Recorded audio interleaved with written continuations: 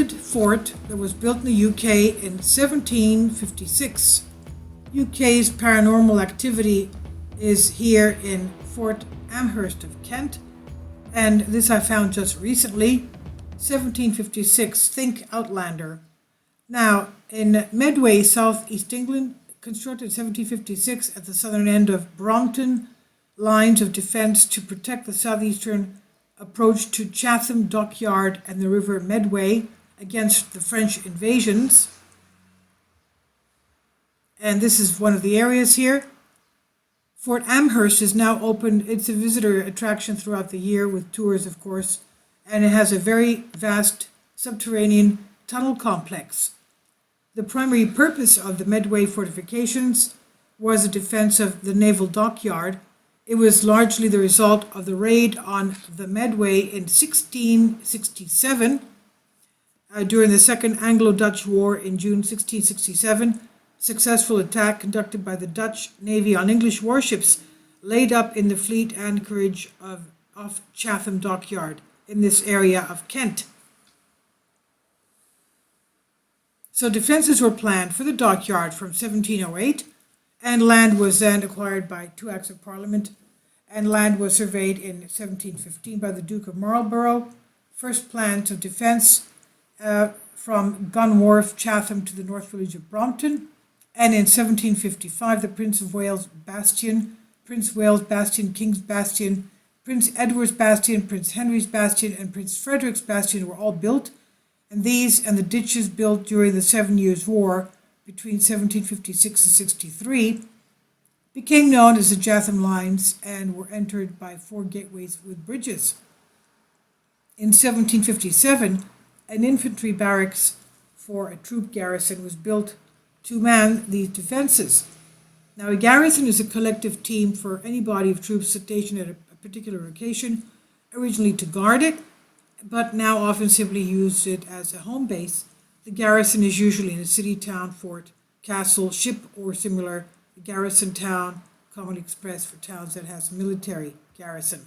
So this is what was going here. In 1779, during the construction, workmen found existing foundation of a Roman building under it.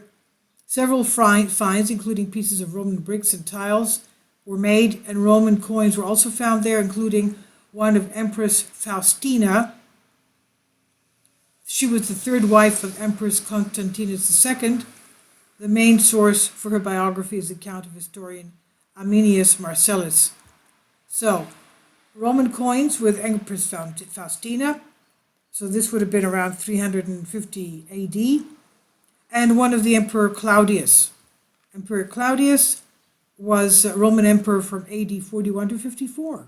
So you can understand how old this location was. It was an old Roman colony. And obviously these coins were found there because Romans were living there. Now, the finds were recorded by Reverend James Douglas. And during the Napoleonic Wars as well, 1805 to 15, the Chatham defenses were enlarged and considerably strengthened. Further battles were added, such as the Cornwallis Battery and the ditches riveted lined with brick, to the plans of General Hugh Debris, chief engineer of Lord Amherst. So this was a very historical place from ancient Rome, as we can understand. So what's going on here? Chatham's Fort Amherst is one of Kent's most paranormal locations, and this is what some believe is the reason why. A woman's wail and an eerie hand print on the backs of guests are just some of the paranormal experiences reported. A woman's cry, her wailing, she's in distress obviously, and an eerie handprint on the back of the guests. How did the handprint get on the back of the guests? Oh, I'm shivering just, oh my goodness, oh. There's a lot of places like this on Earth that are haunted, you know. And I'll have to do some research on that because where I live here in Athens, Greece, we have the Battle of Marathon location. In the field of Marathon, north of Athens, that's where historically the Athenian battles would take place because it's a plain next to the coast. And the coast is a bay, and the water is very shallow. Anyway, the Battle of Marathon, the Athenians against the Persians took there about 590 BC. They say that was the mid-September. And people who live there in Marathon say that in the anniversary of the Marathon battle, which lasted for 3 hours, it started before dawn at 5 a.m. and finished by around 8 a.m. It was a surprise running attack of the Athenians towards the Persians. People living there say that they hear and see, not only hear, but they also see visions of people fighting against each other above the plain. They hear clanking of swords and shields, because the Athenians were wearing armor, suits of armor. They had shin guards and breastplates. They had their helmets, swords, and their shields. And they claim that they hear these things. Now, obviously, that means that plane is haunted. There's some kind of paranormal activity going on there. And this is what usually takes place in areas where they have had former battles. Now here, we have underground, in this place here in Chatham, Fort Amherst, in Kent, we have underground tunnels and military buildings. And they're steeped in history, as we said before, even from the Roman colony, the Roman times, from the time of Caesar, going back to, as we said, they found coins from him dating back to, where was it? Oh my goodness. Okay, we'll forget about it. I didn't read all of it. Okay, going back all the way to about 40, 50 AD. Now, going back to this, sorry about that, I was trying to remember which Caesar was, it doesn't matter. About 40, 50 AD, they had colonies there and found coins from there. Now, Fort Amherst acted as defense to the French attack in 1756 and again in the First and Second World Wars. The structure of the tunnels has been described as a labyrinth, and they were built this way on purpose to easily transport ammunition around the fortress. It enabled military personnel to be ready for imminent attack from the French.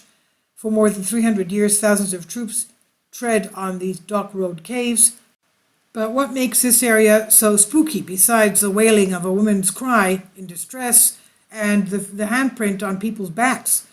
Now, according to the feedback from ghost tours, because there are people that have ghost tours all the way around UK, and even here, of course, some say the change in the atmosphere is almost instant the moment they set foot beneath ground. The forts had been given a new lease of life in 1980s when they were reopened for tours, and in the years that followed, the forts had been home to supernatural tours where some spooky goings-on have been reported. Fort Amherst Ghost Tour organizer says many an intriguing tale has been handed down through generations of Medway folk, and all are said to be true. Guests can hear stories of hauntings as well by using state-of-the-art ghost hunting equipment to make contact with the supernatural. There have been several reports of people experiencing the presence of spirits and strange noises, including screams and even whispers. Not only that, but cries of children have also been heard, along with strange paranormal activity and even the wails of women. Haunted Room said dark shadows are often seen even in the daytime, and this has been reported almost daily. Voices have also been reported, often in people's ears, as if someone is standing right next to them, whispering in their ears.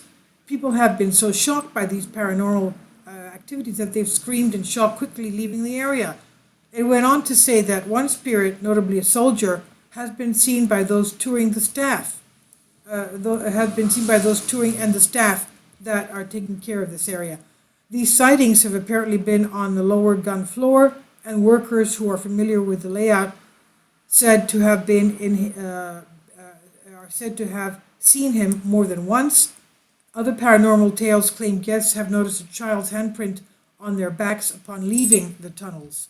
So if you are one of the people that have visited this area of Chatham Forts Amherst in Kent, please tell me what you have experienced, if you have experienced anything like this.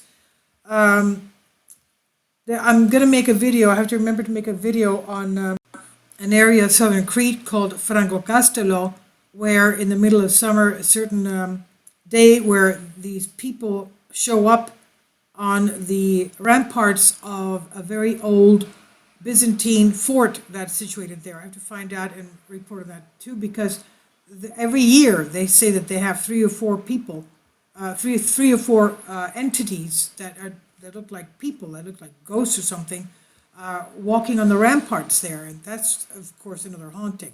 Anyway, tell me what you think about this.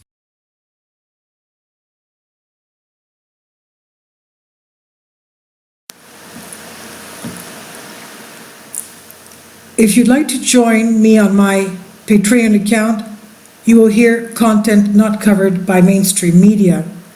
These riveting stories will be based on my research, and I will state my opinions and give my personal insight on diverse and controversial subjects and world events not covered by mainstream media, and not supported by YouTube guidelines. So whatever I have on my Patreon, most of those will not be on my YouTube channel. Please consider becoming a member today. More of the most significant and important videos will be on my Patreon channel. Your support helps me to continue my research and keeps this YouTube channel alive.